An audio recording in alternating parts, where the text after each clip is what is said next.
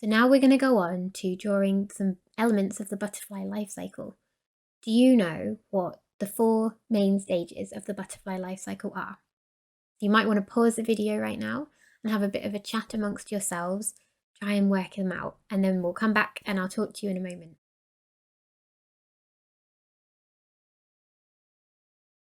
Did you work out what the different stages were? So they are egg, caterpillar, chrysalis, and adult butterfly. And now we're going to look at the caterpillar and the chrysalis stages, because obviously we've drawn the adult butterfly.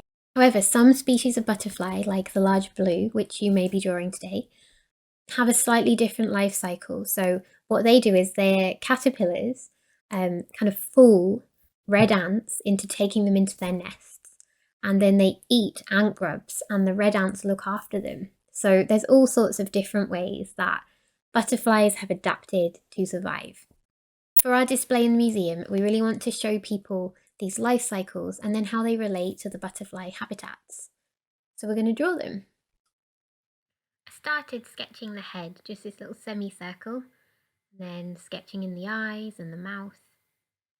And then so I know what I need to draw, I've drawn this long, thin tube to look like the body. And over the top of that, I've added all of the different segments of the caterpillar's body. And all of the spikes that come out I could see in my reference image. So when I was happy, I went over again with a pencil. And I added shading, just like we talked about before, with cross-hatching and stippling, using dots and lines to add shadows. And here's a little video of that whole thing, start to finish, so you can see what I did.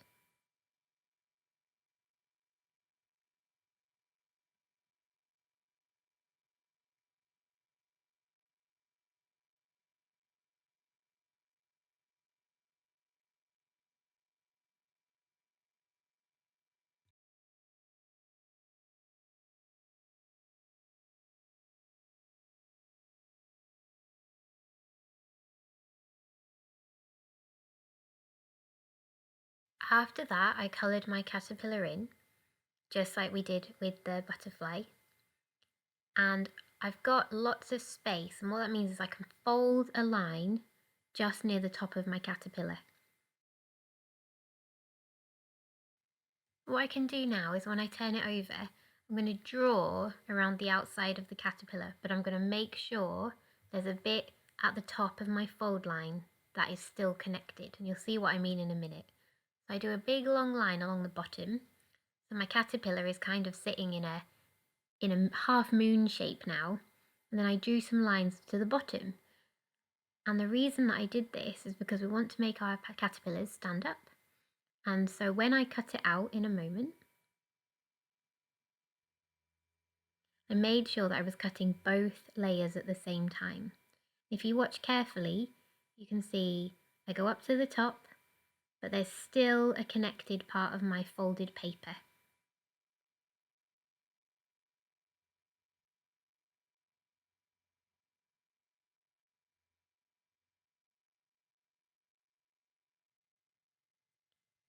So you can see when I open it, it's connected at the top, but most of it's cut out. And I'm going to fold on that line I drew underneath my caterpillar. You can see that line. I opened it up and I folded the other side the other way. And that's because we're going to fold one under the other, glue them together, and make our caterpillars stand up. But I actually decided that my paper was a bit too thick. The caterpillar looked a bit too squashed. So I cut a bit off both sides, and you can see when you fold one bit in and you fold the other bit over the top, you have a freestanding caterpillar. It's like a little bit like a puppet or a paper sculpture. If you put a bit of glue there, our caterpillars will look like they're standing up in the exhibition.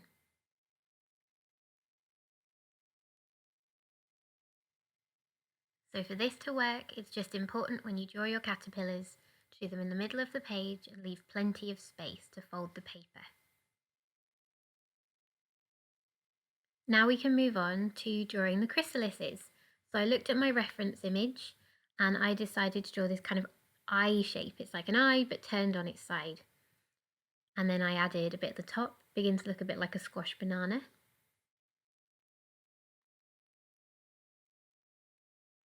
I started adding details at the bottom. I looked at my peacock butterfly chrysalis and it has these two little pointy things, almost like feet at the bottom, so I drew them in.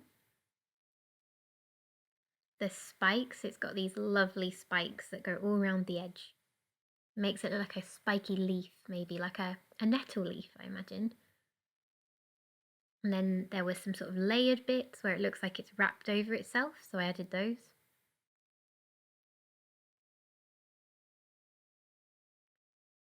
Put a stick or a branch for it to be attached to.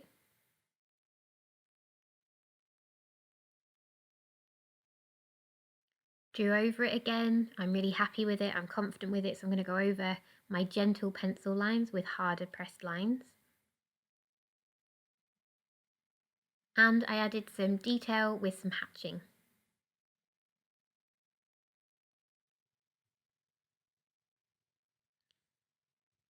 Just like my butterfly, I coloured my chrysalis in using shading and making sure I had lots of different pencil colours mixed in, yellows, greens, pinks for the spikes, different browns for the branches.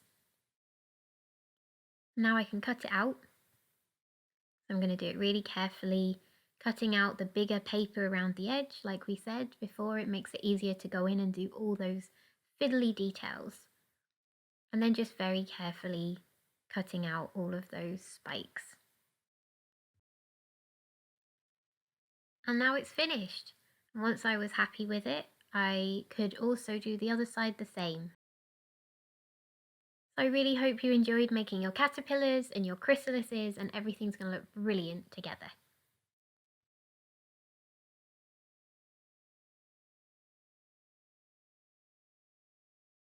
I hope you enjoyed drawing the butterfly life cycles and learning about all the really clever ways that butterflies survive. And now we're going to go on to looking at the food plant. Caterpillar food plants are a really important part of this. They're also sometimes called larval food plants. And what they are is that specific types of butterfly depend on specific types of plant. So, for example, the peacock butterfly, it lays its eggs on and its caterpillars eat nettles, like those horrible stingy plants that you try and avoid when you're out and about. Butterflies, peacock butterflies, commas, small tortoiseshells, they just love them.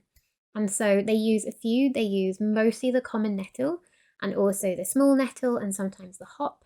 And without those nettles, they won't be able to continue their life cycles. I've drawn you some colouring sheets of the different food plants your butterfly species use. And I even drew one of the ant nests the caterpillars grow in if you are doing a species like the large blue.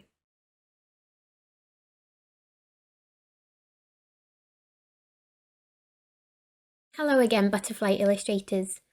You have worked so hard today. Not only have you drawn adult butterflies and cut them out and coloured them in, you've also drawn caterpillars, which can be made into paper sculptures, and chrysalises. You've done a lot of work, and I hope you've had a great time doing it. So here are some thoughts that you might want to reflect on about what you've done today, so that you could think about, what did you learn about the butterflies by closely looking at them? So did you see any links between butterflies and their habitats? For example, could you see anything that looks similar between the caterpillars and their food plants? Do any of the chrysalises look like leaves?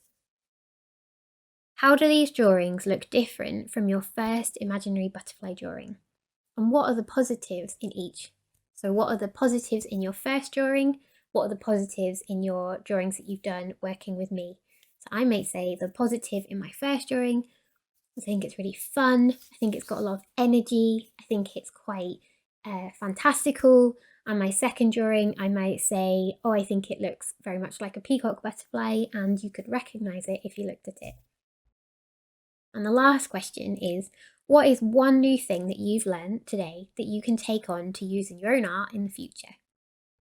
I really hope you've enjoyed today. I hope you've learned something new.